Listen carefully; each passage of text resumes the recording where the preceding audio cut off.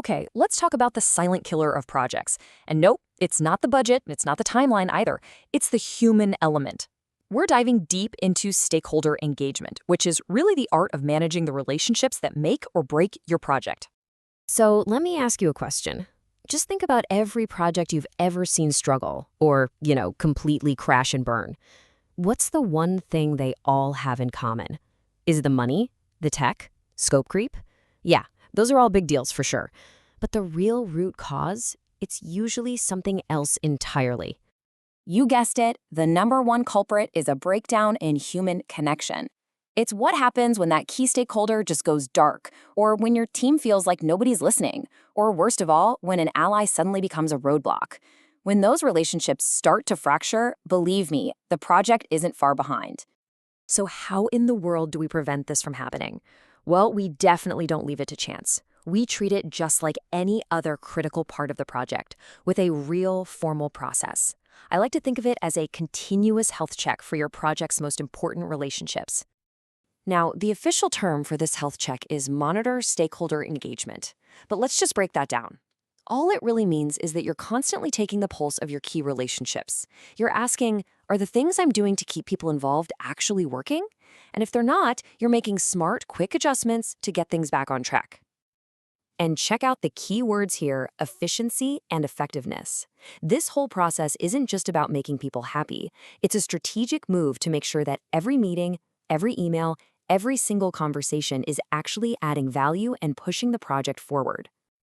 All right, so how do you actually do this health check? Well, you start by basically becoming an intelligence agent for your own project. You can't fix a relationship in a vacuum, right? So your first mission is to gather all the essential intel. And your investigation begins with your original playbook. We're talking about those foundational plans you put together right at the start, the documents that spelled out exactly how you plan to manage people and communicate from day one. So you're going to pull out 3 key plans. First, your communications plan.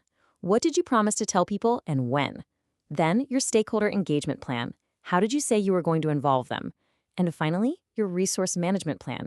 Who's on the team and how are you managing them? This is your baseline, your starting point.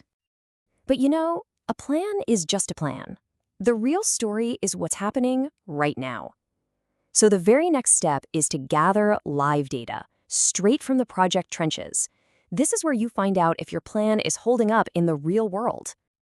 Think of these documents as your project's real-time dashboard. The issue log, that shows you all the friction points. The risk register, it flags potential people problems before they explode. And the project communications, yep, your emails, your Slack messages, your meeting notes. That's where you find the raw, unfiltered truth about how people are really feeling.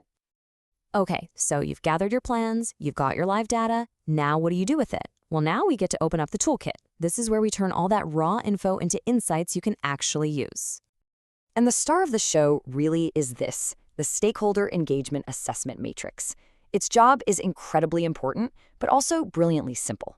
It helps you compare where your stakeholders are right now with where you need them to be for the project to succeed.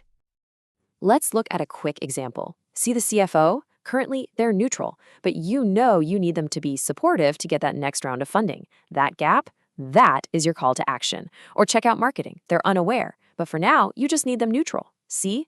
This simple tool turns those vague feelings into a crystal clear strategic roadmap. But of course, a tool is only as good as the person using it. To really make sense of that matrix and all the data that you've gathered, you've got to bring some serious analytical and decision-making firepower to the table. This means you have to dig deeper. When you spot one of those gaps, you use root cause analysis, which is really just a fancy way of saying you keep asking why. Why is the CFO neutral? Then you brainstorm a few different ways to close that gap. And finally, you use a structured way to pick the best strategy, not just the easiest one. But let's be totally honest here. You can't analyze your way to a great relationship. The data, the charts, the matrices, they just point you in the right direction. The most powerful tools in this entire process are, without a doubt, your interpersonal skills.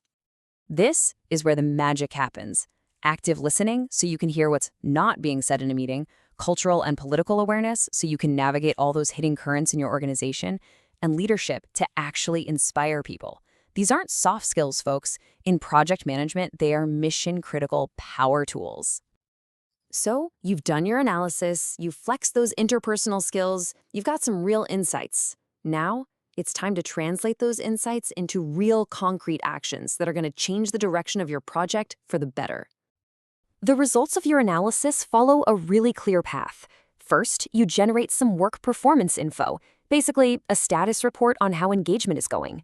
If a strategy isn't working, that insight leads you to create a formal change request to update your plan, and that ensures your new, smarter strategy becomes the official plan for the whole team. And this brings us to maybe the most important idea in this whole process. This is not a phase you complete and then check off a list. It's a completely different way of thinking. Monitoring stakeholder engagement is like the constant, rhythmic pulse of a healthy, living project. You're always gathering intel, you're always analyzing, and you're always adjusting. It is a never-ending feedback loop that's designed to keep your project's relationships strong. And hey, don't just take my word for it. The source material could not be any clearer about this. This process is performed continuously throughout the project. From day one all the way to the very end, this is always running in the background, making sure the human element of your project is its greatest strength, not its biggest weakness. So, I'll leave you with a little challenge. Think about your project right now.